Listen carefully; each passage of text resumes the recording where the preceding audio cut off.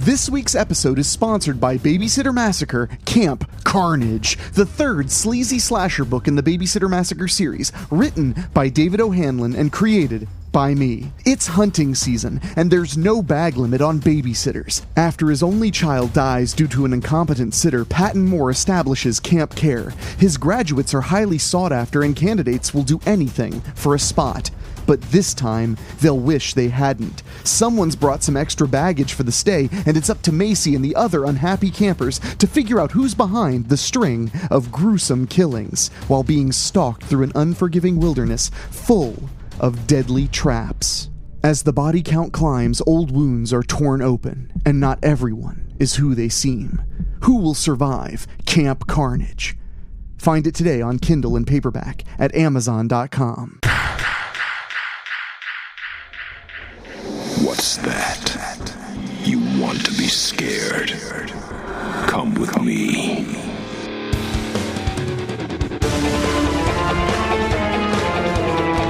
You will experience tales of horror, ghosts, and death. It is not recommended for the weak at heart. Listen in the dark. It's more fun that way. This is Weekly Spooky. Hello, my friends. It's Wednesday, and that means it's time for your dose of spooky on the Weekly. I am, of course, your host and narrator, Henrik Kuto, and I'm sporting a much more soothingly bassy voice than normal. And no, it's not because I changed the microphone settings. It's because this is what's left of my voice after spending 3 days at the Joe Bob Briggs Drive-In Jamboree at the Mahoning Drive-In. And it was possibly one of the best times I've ever had in my life. I had a great time. I got to meet the man himself, Joe Bob Briggs, the premier drive-in critic and hangout at the historic and legendary Mahoning Drive-In in Lehighton, Pennsylvania. It was amazing, but I definitely paid the price. And it was also an incredible antidote to the year plus of lockdown, because I got to see so many people have so much fun, and I loved it. But the show must go on, and I have a creepy, eerie story for you. But first, I want to remind you, please subscribe, whether it's on YouTube or your favorite podcast app. Give us a subscribe, and head over to WeeklySpooky.com, where you can email us, you can send us a tip, you can join our Patreon and help us keep the spooky going. Show us a little bit of support. It goes a very long way. But about tonight's story, I've always been fascinated by the concept of the siren, of the woman in the water, or the woman in the forest, who sings in a beautiful tone that lures men to their inevitable doom.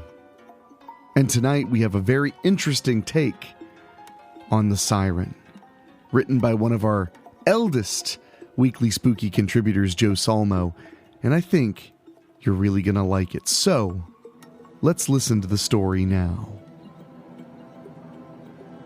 The Siren's Song by Joe Solmo. Jacob looked out over the river as it cut its way through the rolling hills of the southern Adirondack Range in New York. He hated to admit it, but just the view made him feel better, a little. He heard the old rusty door slam behind him and his uncle's footsteps approach. "Let's get settled in. Then we'll head out and catch us some dinner, eh, boy?" Uncle Glenn said as he messed up Jacob's hair. "The fresh air will do you good." Jacob watched as his uncle headed towards the rustic one-room cabin that sat on the riverbank.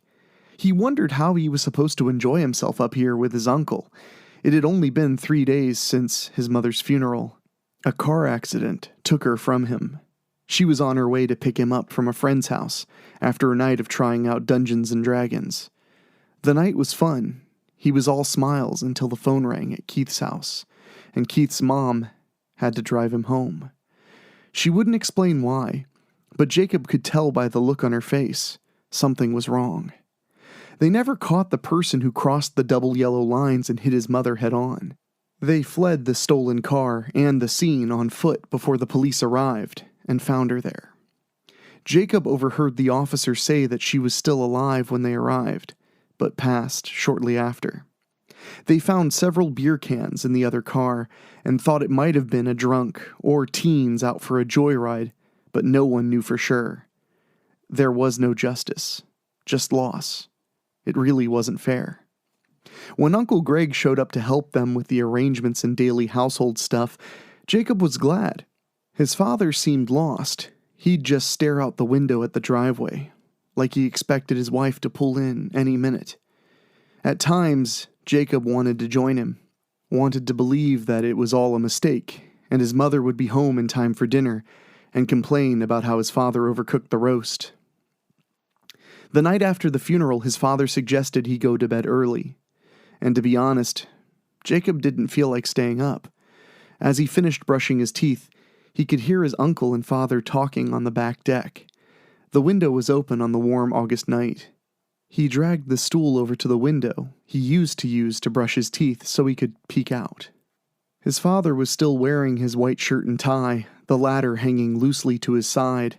His father raised a glass to his lips. He turned towards Glenn. "You know why I don't want to go back up there," Jacob's father said after swallowing. "It would do the both of you good to get away. Come up to the river camp. It'll be like old times, Jason," Glenn replied. "The boy should be up there too. Get away from this place." "Too many memories. Memories of her. You know, not all the memories up there were good ones," Jason said. They sat in silence for a minute, and Jacob got bored. He climbed down and put his wooden stool away. He thought it was odd that his father told his uncle that he met Mom at the cabin. When he'd asked for a school project, his parents told him that they met at a school dance. Jacob snapped out of his memory and looked at the river as it flowed by. So this was where his father and mother met. He looked up and down the shore and wondered which of the houses had belonged to his mother's family. He'd never met anyone from his mother's side. She told him that they had all died when she was young. Before he knew it, he was standing at the water's edge. Something had drawn him there. There was something comforting about the way the water lazily passed by the large boulder near the weathered dock. He walked out onto the aged wooden planks until he reached the edge and looked down at the reflection of the sunset and mountains in the river. He stared intensely into the water. There was something there, just under the surface, but he couldn't make it out. Pastels reminiscent of Easter covering the swirling water, keeping its underwater secrets from him. He slapped a mosquito as it tried to make a meal of him. A lookout on the water showed all kinds of insects swimming just above the surface of the water, and he regretted not bringing a long-sleeve shirt to cover up. Jacob had never been fishing before. He wondered if he'd like it. Maybe if it was a video game, then he wouldn't have to worry about the bugs. "There you are, Jake," came Uncle Greg's voice from behind him. "Let's get all the bags inside. It's really cooling down. The browns should be out soon." Jacob didn't know what a brown was. He assumed it was some kind of fish, or maybe an insect, since there were so many of those out. He grabbed his duffel bag from the back of the truck, and with a grunt lifted it over the side of the truck. It took both hands to carry it to the house with a week's worth of clothes inside. "What's a brown?" he asked his uncle as he caught up to him, out of breath. "Trout, boy. Brown trout. It's on the menu for tonight. They love to eat those bugs there and will be right up near the surface. Easy pickings," Uncle Greg replied. "Ew. They eat bugs?" Jacob asked. "Sure do. It's a source of protein for them." "Do they taste like bugs when you eat them?" asked Jacob. "Not at all. They're delicious," his uncle replied with a laugh and put his bag down on the old worn couch. "You take the bed. I'll take the couch." Jacob looked at the bed by the window. It had a nice view of the river. He carried his bag over to the bed and plopped in there without taking his eyes off the river. A boat was heading upriver. The steady drone of its motor was almost trance-like. He watched it until it was out of sight. "How come you don't have a motorboat like that, Uncle Glenn?" Jacob asked. "Well, honestly, I can't afford one. "I'm not very good with money," Glenn said, laughing as he set down the cooler by the old sink. Jacob had not even seen his uncle go back out to the truck to get the cooler. "Dad says you whiz it away, but I don't know what that means," Jacob said. "Yeah, well, when we were growing up, your father had it easier than I did making friends. I found my friend in a bottle. You understand?" Uncle Glenn asked, gathering up the fishing gear and heading towards the door. "Yeah," Jacob said, but had no idea what his uncle was talking about. The canoe was so shaky, it felt like if Jacob sneezed he would send the thing over, and he'd have to swim back to the cabin. So he sat, very still, white-knuckle gripping the sides of the aluminum canoe in order to prevent his imaginary catastrophe. His uncle paddled them upriver a bit to a spot he said he knew where there was a deep pool that the Browns liked to hang out in. They would drift with the current from above it so the fish wouldn't hear the splashing of the oars and get spooked. Even though he was terrified of the canoe tipping, Jacob wasn't afraid of the river itself. Once again, he felt a calmness when he looked out on it. There was something familiar about the river. Something comforting. It took a few minutes for him to get up the nerve to let go of one side of the canoe and reach down to the water, letting his fingers drag in the cool water. "Well, here we are," his uncle said, and slid the canoe just upstream of a fallen log to keep the watercraft in place. "You ready to catch some fish?" Jacob watched his uncle take a rod out from a tube and fit the ends together until the thing was almost as long as the canoe. He had seen rods in fishing shows before, but this one was super long, and the line was brightly colored. He watched as his uncle tied a tiny little poofy thing to the end. "Here, take this," Glenn said, thrusting the rod towards his nephew. Jacob reached out slowly to take the rod from his uncle, daring to rise a little from his safely seated position. As he sat back down, he felt something bump the canoe. "What was that?" he asked nervously, looking around wide-eyed. "We just brushed up against a log. Nothing to worry about," his uncle said, and started to fit together another rod. "All I have are these fly fishing rods. It's a little harder to cast, but the Browns love the flies on the end," his uncle explained, and stood up in the canoe, making it shake more than Jacob would have liked. Uncle Glenn gave a false cast and sent the line shooting out the end upstream. Jacob watched the graceful cast. It was easy to see the bright orange line make its way back downriver to them.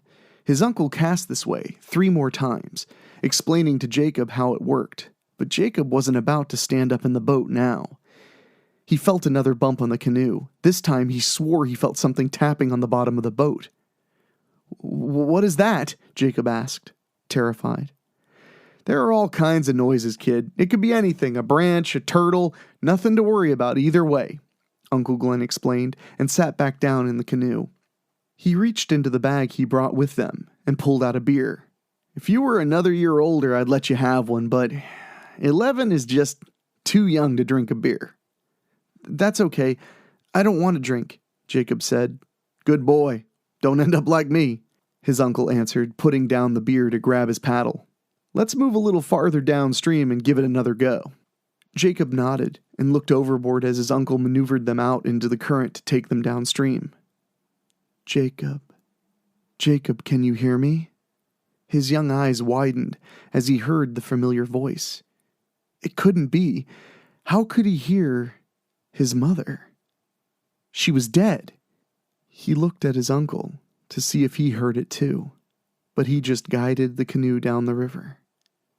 "Jacob, it's your mother. Can you hear me, child?"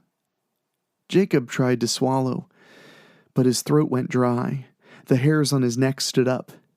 This can't be happening. Uncle Glenn, I don't feel so good. Can we just go back to the cabin?" Jacob asked in a weak voice. "Huh? Oh, I guess we could. Didn't know you get seasick. Our family have been sailors for generations. Must be from your mother's side. I never met her folks.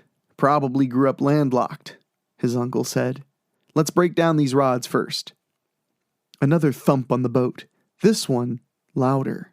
Jacob wondered if he was losing his mind. Between the thumps and hearing his mother's voice, he just wanted to go home, get away from the crazy place.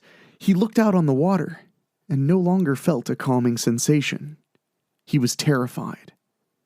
Jacob, I need your help. You will help your mother, won't you? He closed his eyes tight, wishing it all away. The voice, the bumps, the trip, the accident, everything. Why was this happening to him? Why was his mother taken from him? Was that really her voice he heard? Was it all in his head? They reached the dock without further incident, then entered the cabin without another word. Jacob went over to the bed and lay on it, facing the river. He didn't want to turn his back on it. You want something to eat? His uncle asked from the small table where he was sitting. No thanks. I'm not very hungry, Jacob replied, propping his head up on his pillow to better see out the window. He wondered why he didn't see more boats on the river. Sure, it was getting dark now, but still there wasn't much traffic out there. Okay, maybe you'll feel like eating in the morning. I'll make pancakes. If you need anything, just let me know. I'll be having a few drinks before I turn in, I think, his uncle replied. Jacob closed his eyes for a second, then looked back towards the water. He closed them again, longer this time, trying to fall asleep and put an end to this day. One less day he had to stay here, and he could go home. He wasn't sure how long he'd slept, but when he woke, it was dark out. He could hear his uncle snoring from the other side of the cabin. He sat up and looked out the window, the full moon illuminating the scene before him. He could make out the dock on the shore of the river, a ribbon of darkness flowing in the moonlight. Jacob? Jacob, are you there? The voice again. How? Jacob wrapped the blanket around him. Wait. What was that? Jacob. Don't be afraid. The hair on the back of his neck stood up again as his brain processed what his eyes were seeing. A woman was coming out of the lake, wrapped in a white dress, flowing behind her. It couldn't be, could it? Mom? Yes, my son. It's me. Come outside. I will explain everything. Jacob looked at his uncle, passed out sitting at the table now covered with empty cans. He would sleep through the night. He slipped out of bed, keeping the blanket wrapped around him, as he made it to the door. He opened the wooden door just enough so that he could slip out, sure to close it, quietly, behind him. He made his way through the damp grass, keeping his eyes locked on his mother on the river's edge. He noticed a swirl of fog obscuring her legs and feet as he approached. She reached out to him, but he stopped 20 feet shy. He looked at her pale face, surrounded by her fire-red hair. It didn't look wet, even though she seemingly emerged from the river. I guess anything is possible in a dream, he thought. Jacob, why do you hesitate? Come here, son. Her voice sang in his ears, but her lips never moved. Was this a dream? Mom? Is it really you? He asked. It's me, Jake. Did you hear me earlier on the river? Yes. Was that you thumping on the boat? He asked her, pulling the blanket tighter around him. The night was colder than he realized. Yes. I was trying to get your attention, son. I miss you and your father so much. I didn't expect to be back here so soon. Why are you here at the river? Is the river... Jacob asked. No, Jake. This is where I came from. I had to return when I was done with my life with you. It is complicated. Are you a ghost? Her musical laughter filled his ears. My child, that is a good question. I'm not sure, to be honest. I have been keeping a secret from you for years. I think it's time to tell you of your heritage, my son. But first, I need to ask you a favor. Jacob woke from his uncle shaking him. "Are you okay, Jacob? It's almost 9, his uncle said. 5 more minutes, Jacob grumbled, rolling back over. "Okay, Jake, I'll get started on breakfast then," his uncle said. "Pancakes good?" The grunt his uncle heard from the pile of blankets he took as an affirmative. Soon the smell of bacon and maple syrup assaulted Jacob's nose. He rose from the blankets and looked out at the river, remembering what his mother told him last night. It had to have been a dream, he thought. It had seemed so real, though. Jacob had to admit he was really hungry, and his mouth watered when he saw breakfast on the table. He ate so many pancakes he thought he was going to burst. He wondered if there was a more perfect food. If there was, he hadn't had it. That was for sure. "Can we go fishing again tonight?" Jacob asked. "Sure. Didn't think you'd want to go after getting seasick last night. We can go right now if you want. Just let me finish the dishes," Uncle Glenn said. "No, let's wait until tonight. It will be cooler. Teach me to cast like you did last night in the yard, though. It looked fun, like a whip," Jacob said, throwing his napkin in the trash. "It's not really like a whip at all, but I'll show you. Can you check on our ice situation? Do I need to run into town?" his uncle asked. Jacob opened up the cooler. It looks like we might need some for later. What happened to all the beer that was in there?" His uncle looked in the cooler. "I guess I had a few more than I thought. A trip into town it is, then. Do you want to go with me or hang out here?" "I'll stay here, Uncle Glenn," Jacob replied. "I want to draw a little," he said, and went for his duffel bag. Inside was a sketchbook and pencils. He pulled them out and brought them to the table. "Suit yourself. I won't be long," Uncle Glenn said, and headed out the door. Jacob sighed as his uncle left. Could it be true? His uncle returned hours later. It was mid-afternoon, and he smelled of alcohol. Bad. Jacob couldn't get within 10 feet of him. He reeked. "Come on, boy. Time to teach you to cast like a master," his uncle said, and grabbed the tubes that contained the rods they used last night. Jacob. A chill went down his spine as he stood in the yard. Was his mother really calling to him? "Jacob, I can't get any closer. Are we set for tonight?" Jacob nodded towards the river.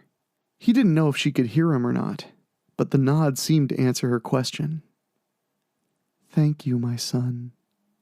See you at sunset." "You always just stare off into space, boy?" his uncle asked, scratching his head. "You weren't watching. Now pay attention." An hour later, Uncle Glenn was passed out on the porch, and Jacob had the rest of the night to himself. He would wake his uncle when it was time to fish. Jacob managed to get his uncle up just before sunset and get him into the canoe. He even helped paddle this time. They made their way upriver even faster than the night before, and passed the fallen log even earlier. "Let's try a little further upriver," Jacob said. "Is that okay, Uncle Glenn?" "Sure, boy. Keep paddling. I'll get the rods ready." Jacob continued to paddle upriver, pushing against the current. The sun was beginning to drop behind the mountains, similar to last night when they were out here. "Is this a good spot?" Jacob asked. "Good as any to start," his uncle replied, and threw the little anchor overboard to keep them in the same spot long enough to fish. He handed Jacob a rod and grabbed one for himself. "Go ahead. Give it a cast." Jacob hesitated. "You go first. I want to watch you cast one more time." He felt something against the bottom of the boat. Was that a thump? Glenn cast out towards the shore, where there was a bend in the river, the insects swarming just above the surface. He felt something and tried to set the hook, but lost it. He stood in the canoe, making it wobble until he got himself balanced. "Are you ready now, Jacob?" "I need a little more distance," Uncle Glenn said, and cast again. This time, his fly landed inches from the bank. "That's the sweet spot right there," he said, and began to strip the line. "Now, Jacob, just like we talked about." Jacob picked up the tube the rods came in. It was made of fiberglass, not very heavy, but it would have to do. He slid forward in the canoe, slowly, until he was near his uncle. "Uncle Glenn?" "What is it, boy? Don't you know you have to be quiet when fishing?" "This is from Mom," Jacob said, and swung the tube into his uncle's gut, catching him unaware. His uncle pitched forward and the canoe began to twist towards shore. What did you do that for?" his uncle growled, clutching his belly. Jacob answered him with another swing, this one right behind the knees, causing his uncle's legs to buckle. He fell back and went overboard. The canoe stayed upright, just like his mother promised him it would, like it was held in place. "Help me out of the damn water," his uncle called out, grabbing the side of the canoe and shaking it. Pale arms reached up from behind Glenn and snaked around him. "Good job, my son. He must pay for what he did to me. He was jealous of your father and I. And when I turned him down, he decided if he couldn't have me, no one could. First, he kidnapped me from the river onto dry land with my newborn fry, you. Then, your father and Glenn fought over me, like some kind of prize. When I died, my soul went back to the river where my people live. Where your people live, Jacob." Jacob listened to the explanation from his mother as her face came up next to his uncle's. A large flipper slapped the water as she dragged his uncle farther from the canoe. "We have avenged my death, son. Now we must avenge our kidnapping from our people. Paddle back and call your father up here. Then we can be together again. Then I can teach you about your heritage. I can show you how to change your form, to live in the water or on land." Jacob paddled away as he heard his uncle splashing behind him, crying out for help. He wouldn't look back, not after what his uncle and father had done to his mother. No wonder she was so sad all the time, he thought. He put the paddle across his lap and let the current take him back to the cabin now that the waters behind him have gone silent. Soon, he would be reunited with his people, under the river. Just one more wrong to right.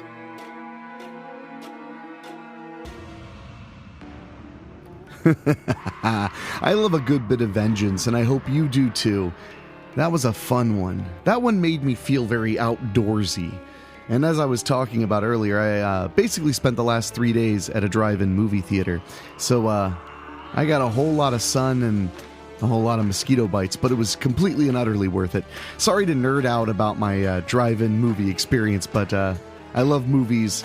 I love being scared by movies as much as stories, and I really had an incredible time. So I'm excited, damn it.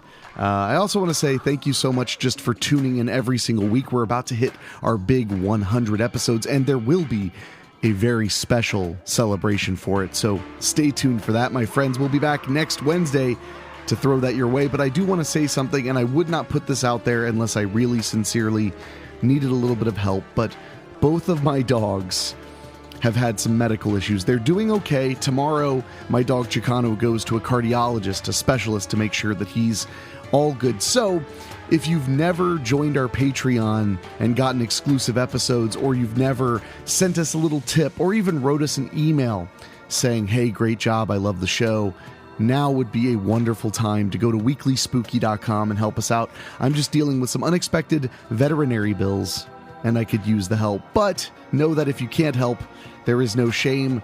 This is what I have credit cards for. My dogs will never, ever lack the care they need to be healthy and happy. I love those damn dogs. So anyway, speaking of which, I want to say a huge thank you to our Patreon podcast boosters, folks who back us on Patreon, get exclusive content, and they kicked in just a little bit more to get their names shouted out on the show, and that's Gino Lyons, Michael aka Sharm, Karen Weemet, Jeff and George Hilton, Craig Cohen, Rob Fields, and Kevin Fry. Thank you, and all the other Patreon backers, for helping us keep the spooky going. But until next week, for myself, for Dan Wilder, our producer, and for our composer, Ray Mattis, I will talk at you later.